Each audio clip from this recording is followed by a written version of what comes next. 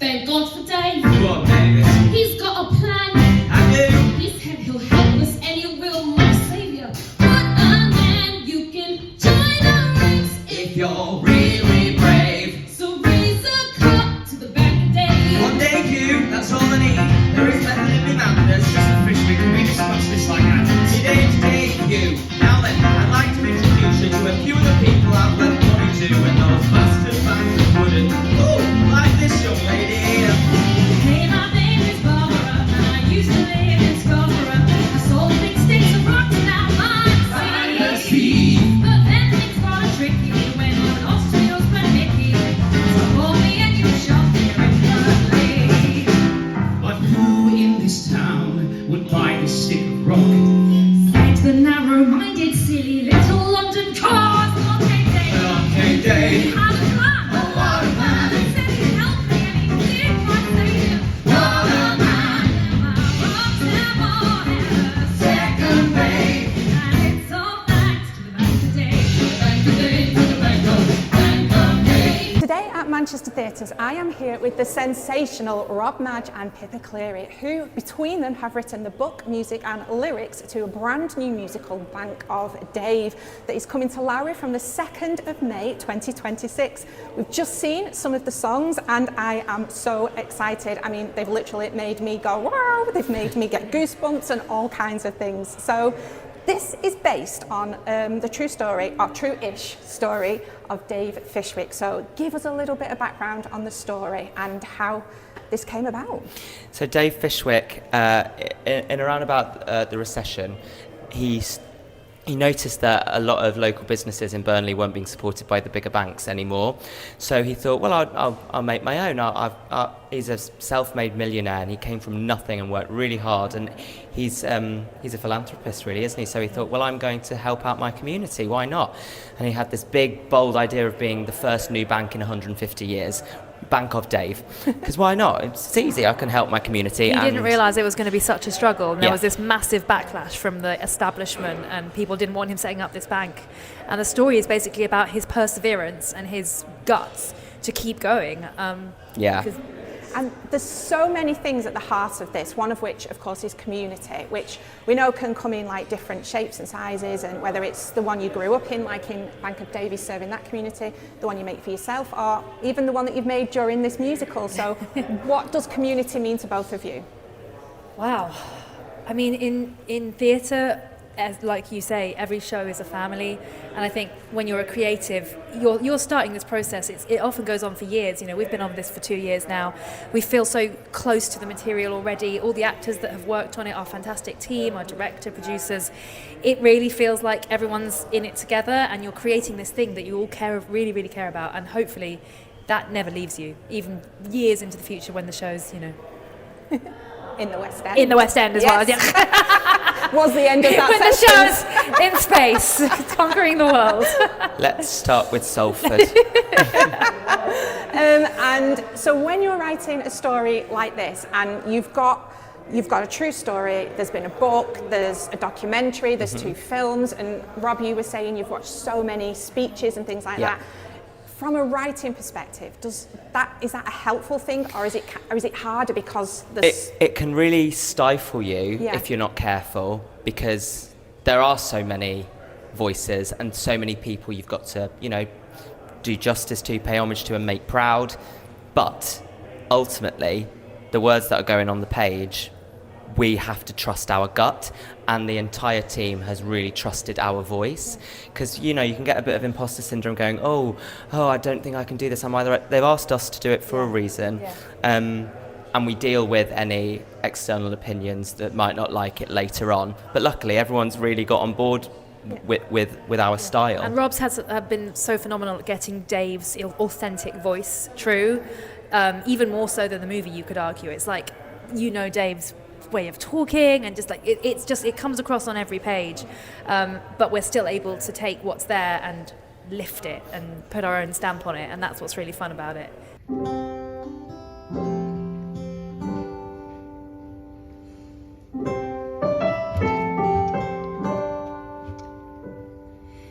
He had eyes that were amber, and he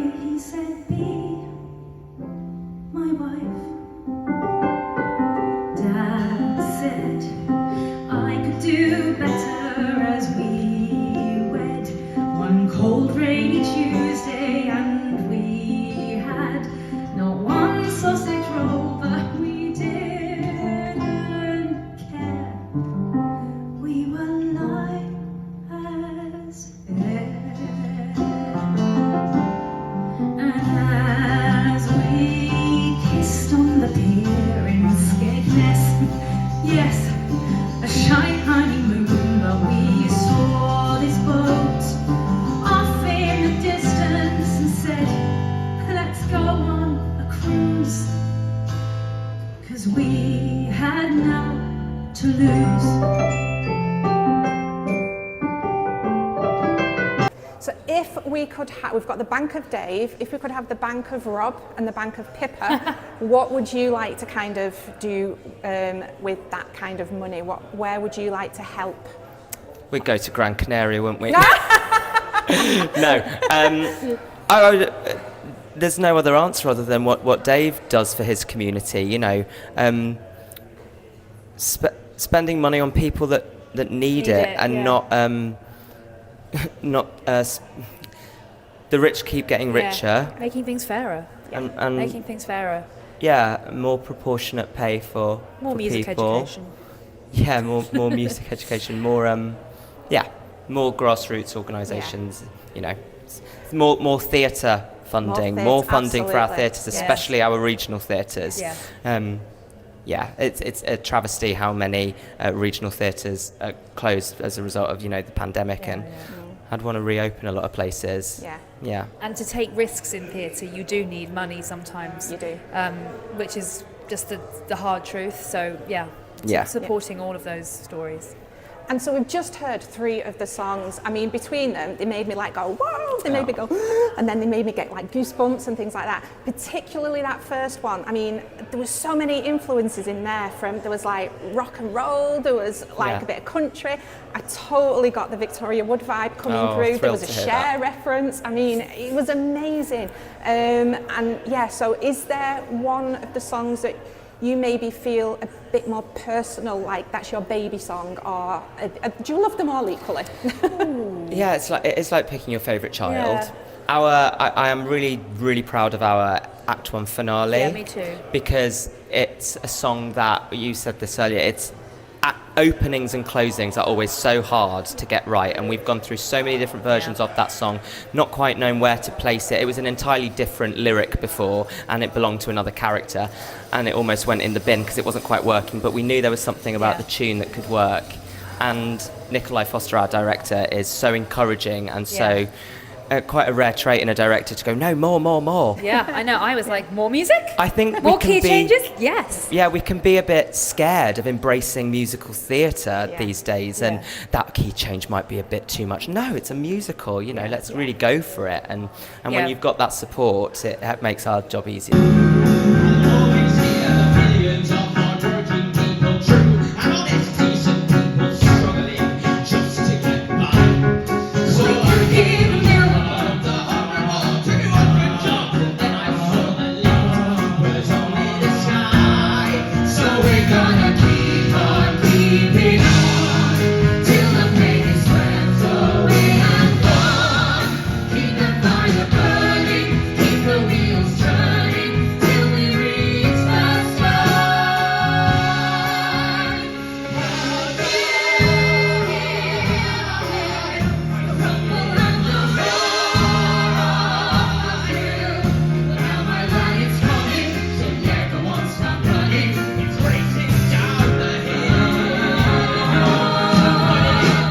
There's so much silliness and bold choices, and you kind of got to write that way and see what sticks. Yeah. Well, when you were describing the way that you wrote together, I was like, I want to be in that room. I want to be there. I mean, there's many voice notes that we will not be sharing. That, will come out on our deathbed of how did they write together. Of how dreadful the original songs were. But also, because we know each other so well now, we're not afraid to scat what we would say the shit version. Yes, that's what. And I'd be like, this is obviously not it. But what if it was a bit like this? Yeah. And you'll be like, well, obviously it's not this, but let's. We've got many of the shit versions. Yeah, we got, and some of which have ended up being the versions. Wow, that's they weren't really that sold shit. it. No, but you know what I mean. You sort of you doubt yourself, and then you're like, no, my first instinct, instinct sometimes is the thing. So we've developed a really good shorthand, and it's really fun. And we know that Dave has a love of Def Leppard. Are there any influences of that within the music that are going to come through? Yes, TBC. On that. Oh, okay. Yeah. But it's not a jukebox musical. No. Yeah. Nothing wrong with a jukebox, but this is brand new, wholly original. And yeah, there may be the odd nod to the film and to, you know, Dave's connection with Def Leppard, but it'd be Easter eggs more than anything. Ooh. So we see what Dave has managed to achieve with banks and things like that. So we know kind of what the wish for the show would be, for it to be as amazing and as big as ever.